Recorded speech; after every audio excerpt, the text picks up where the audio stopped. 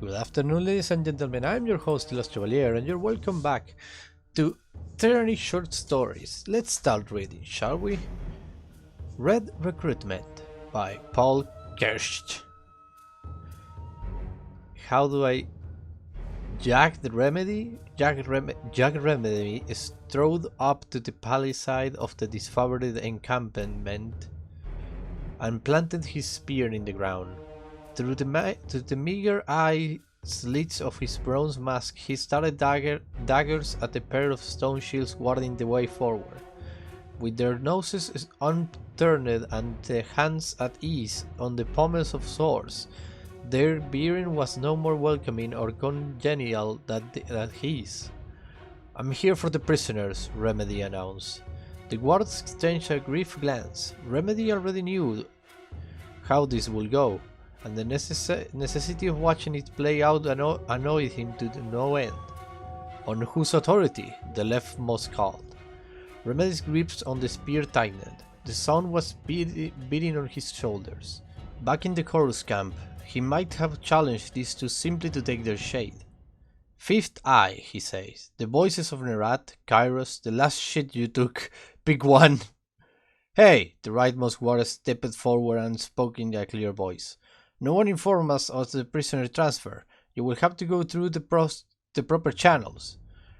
Remedy focused on a distant tree, smothering his temper, picturing it like embers in his gut that he could snuff out at will. The rising tensions between the Scarlet Chorus and disfavored at the Apex campaign were reaching a head. Graven Ashe had started his leg of the war on a low note by declaring his intent to stay upwind of the Chorus camp. As a reprisal, the voices of Nerat sent him a crate full of spoiled meat. The brewing aggression between the two archons, by petty insults or outright violence, was setting a poor example for the soldiers in their care. Remedy had dispatched a bird that morning with a message to anticipate his arrival. Expecting no reply, he didn't wait for one. As it also took the better part of the day to cross Vendril's Well, the valley of southern Apex. Remedy doubted very much that any pigheadedness on the part of his so-called allies was the result of a communication failure. He refocused on the wards, the heat in his belly almost too unbearable to contain, and released some of his anger in a controlled burn. "I'm not crossing this fucking valley a second time so that I can prove myself to a couple of disposable peons who just rotated out of latrine digging to make my afternoon miserable." Jagged Remedy pounded the butt of his spear in the mud. "You think yourself safe with Ashe fraternally protection? Let me through before I'm attempting to explore your tolerance of pain. I broke the tools for the job." He hefted an ominously shaped roll of fabric slung into his back. The guards shared an uneasy glance. "Shit," muttered the leftmost. "This is the chirurgeon. Didn't Sebus tell us about him?" The rightmost cleared his throat and nodded, focusing back on Jagged Remedy. "Our commander wanted to see you personally. We weren't expecting you until tomorrow." "The void you weren't," thought Remedy. "I am here now."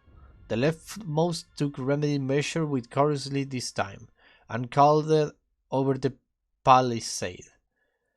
"Jagged Remedy to see Sebius." Both halves of the gate smog open and Remedy stepped through, taking care to track as much mud on his way inside as possible. He could barely hear himself thinking over the constant din of formation training. Rows of armored soldiers clicked into their assigned spots of the phalanx while drill instruction barked orders. Off to the distance, a heavy-set man hammered dents out of breastplates. There was a sheet for every weapon and an assigned spot for every soldier to plant themselves until instructed otherwise. Servius approached him from the opposite end of the training ground.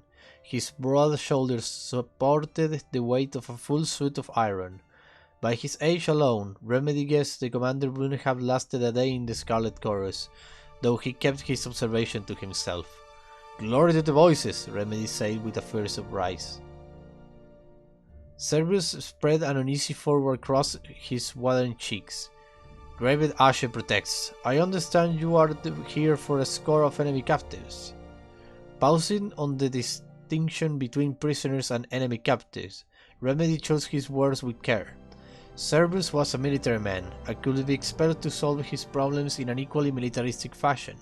Bravado wouldn't get a Remedy anywhere. "A score of captives to replace the score we lost in battle," Remedy said. "The voices need to path the vanguard with something. Fair is fair." "Fair is fair," Cerberus paralleled with a tough nod. He motioned them to walk at an easy pace. "Though it seems that more of your new conscripts defected back to their countrymen as the war drags on. We could put them to better use than your degenerate horde. Wagons will always need pulling, ditches digging, pallets warming." If the self-satisfied northerner wanted them both to leave this exchanging in a full temper, he was making remarkable progress. Remedy sucked his sweat-coated upper lip. "Aye, the chorus ranks have thinned," he said. "But it's because your tactics favor the rearward. Our gangs bloody themselves while your dumbest units polish their garnets and toast to their success. If you don't want to surrender what's ours by right, that will be a disagreement for the court to settle, and you can take your chances with a Fatebander." Servius showed Remedy his teeth in a gesture that no one could confuse with a smile. "You Tyresmen are all the same. No respect and no spine." Remedy was suddenly more aware of the soldiers all around them, and the numbers of heads that turned at the sight of Chorus Rat chatting up at the Chorus unit commander. A simple gesture from Sevius and these good northern soldiers might take it upon themselves to intervene. They could spin any tale that they wanted about Remedy after the fact, including one where he struck first, or one where he never made it to this fabric camp in the first place, another victim of the Apex Defenders, breaked Sunderers that they were. "But you came for fresh recruits," Cerberus chinned. "Not for debate to fit the finer points of war. I wouldn't want to overburden you with matters beyond your ken. Follow me. I took the liberty of rounding up our title to the voices." This time Remedy kept his mouth shut and followed Cerberus, shoulder to shoulder. Why Remedy sounded like a girl? I don't know why. It's a boy, but for some reason I imagine him as a girl. Things happen. I guess the name Remedy is the ones to blame. He has spent much of the trek across the valley wondering why Filth Eye dispatched him on this chore alone, lacking the company and security of his gang. Now Remedy was beginning to understand. Like everything in the Scarlet Chorus, this was a demonstration, and his performance, even his restraint, would be subject to the harshest scrutiny. There was something more to it as well, something that he wasn't seeing. But then, nothing was straightforward when the voices of Nerat and his incredible orders were concerned. At the farthest end of the camp stood a crude iron cage lined with straw. Remedy made out the shapes of several ragged figures milling about inside, either slumped to their knees or collapsed in weak, unmoved heaps. By the smell alone, he knew the Cerberus had picked the most infirm and wounded score prisoners they had on land, likely having to scrape them off to the floor of some dungeon, corpses in all but name. "Are my recruits clean and ready for the long march, Commander?" asked Remedy. Cerberus tossed him a small key. "One tried to escape, and we taught him a good lesson for his trouble. The others, well, they got the welcome that the Anita's men deserve, didn't they?" Remedy figured they had gotten more than Sevius could ever admit. A mixture of blood, feces, and stagnant sweat trickling in the humid air. Carefully to let nothing give away what he felt, Remedy strode up to the bars of the cage. He took a deep breath, accepting as much of the reek into his lungs as he could allow, letting it stoke the embers inside. Have your mangy fuckers lived long enough? He called into the cell. Faces beating purple and eyes swallowed shut peered out at him in pain and incomprehension. Some of the sorry back bunch blinked with dim awareness of the run or ran their tongues over caked lips. Remedy helped himself between the prisoners and Sebius. Your kings and queens failed you. In death and disgrace they proven themselves unworthy.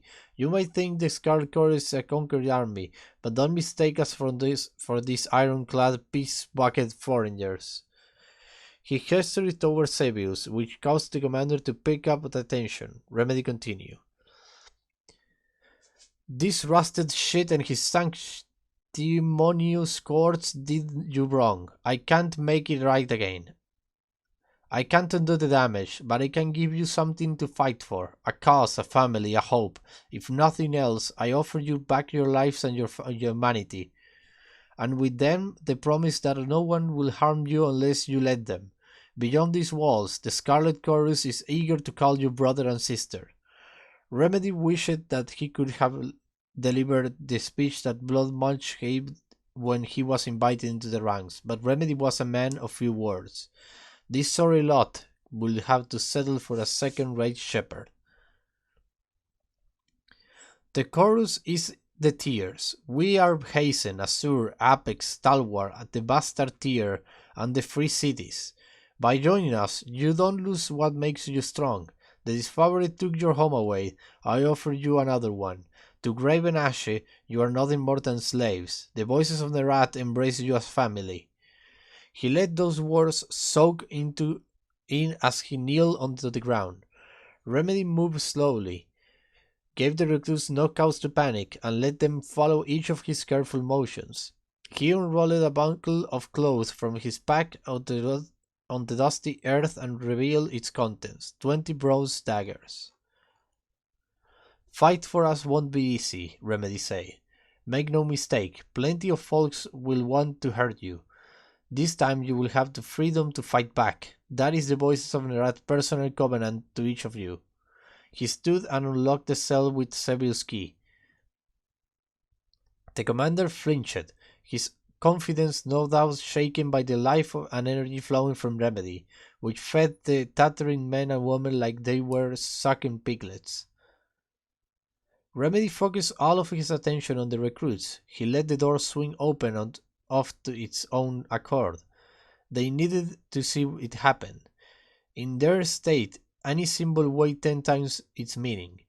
You can even try to kill me, if that's how you want it to go. Remedy laughed, what he guessed was the first genuine laugh the captain had heard in weeks.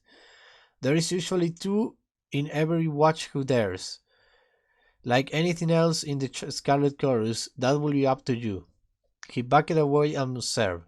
One by one, the prisoners slowly rose to their feet.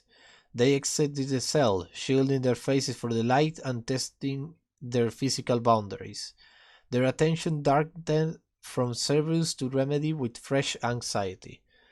The first of the captives stepped forward and picked up a knife, turning it and growing accustomed to its weight in his hands. The tension in the air told Remedy that Cerberus didn't like it, but arming the recruits offered a measure of empowerment that he needed them to feel.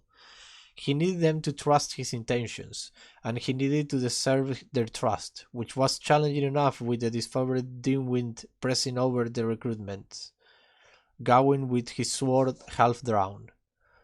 One of the prisoners, who stood no higher than Remedy's hip, scrambled to pick up a knife. Remedy stopped her and spoke in a calm tone. The young will be protected. The Archon of Secrets will see them cherished and sheltered. We have very few rules, but anyone who violates that one will answer to me or worse. If they're lucky, they will only be fed to the swine. He patted the child's shoulder and nudged her to join the others. Tonight will be hard on you, Remedy said, addressing the crooked line of recruits. You will be named, branded, and initiated with whatever cruel rites with them fit, but you will live. Kairos has a plan for all loyal subjects, and you will have the distinction of fighting under the Overlord's banner, no matter what uniform you wear. Some of the sickly, beleaguered few stood taller as his words took root. Others doubted over and reached with the combination of malnourishment and understanding of the life ahead. Remedy made no assumption about who would endure and who would fall in the long run. Plenty of recruits have surprised him in the past. Severus stepped forward timidly and cleared his throat. Well spoken, he said. Remedy kept his arms folded, his attention fixed on the recruits. Where do you go from here? Where my Archon commands, answered Remedy, wishing to give him up more of his sweat on time. At first light and march into the Bellum Citadel, says Sebeus. The sages are due to surrender. A boring task, to be sure. Perhaps I will see you there. Perhaps not. Remedy turned on his heels and made a beckoning gesture. Each of his recruits followed without a moment's hesitation. Love and trust were all the disciple they need. All 20 joined him on the long trek back to the camp. 5 succumbed to their injuries along the way, but Remedy permitted no stretches on the first march as a rule. The dead were always worthwhile investments if they sent a message to the living. In the weeks to come, he took it upon himself to harden the rest, carving survivors out of their unformed matter, giving them the freedom to arm themselves with strengths he never would have found otherwise. Neither Fifth Eye nor the voices ever commented on his demonstration, only nodded their accord as they observed his progress with the new batch, and when they instructed him to take the gang further south, with orders to keep an eye on the disfavored, Jagged Remedy never stopped to ask them why. The end. That was cool. And this is the last one, I think. Shush! It's the last one, isn't it? Yes, it's the last one. So this is the last one of all. Okay, this is all the time I have for today. Thanks for listening. I hope you have a blast. I was the Lost Chevalier, signing out. Bye bye!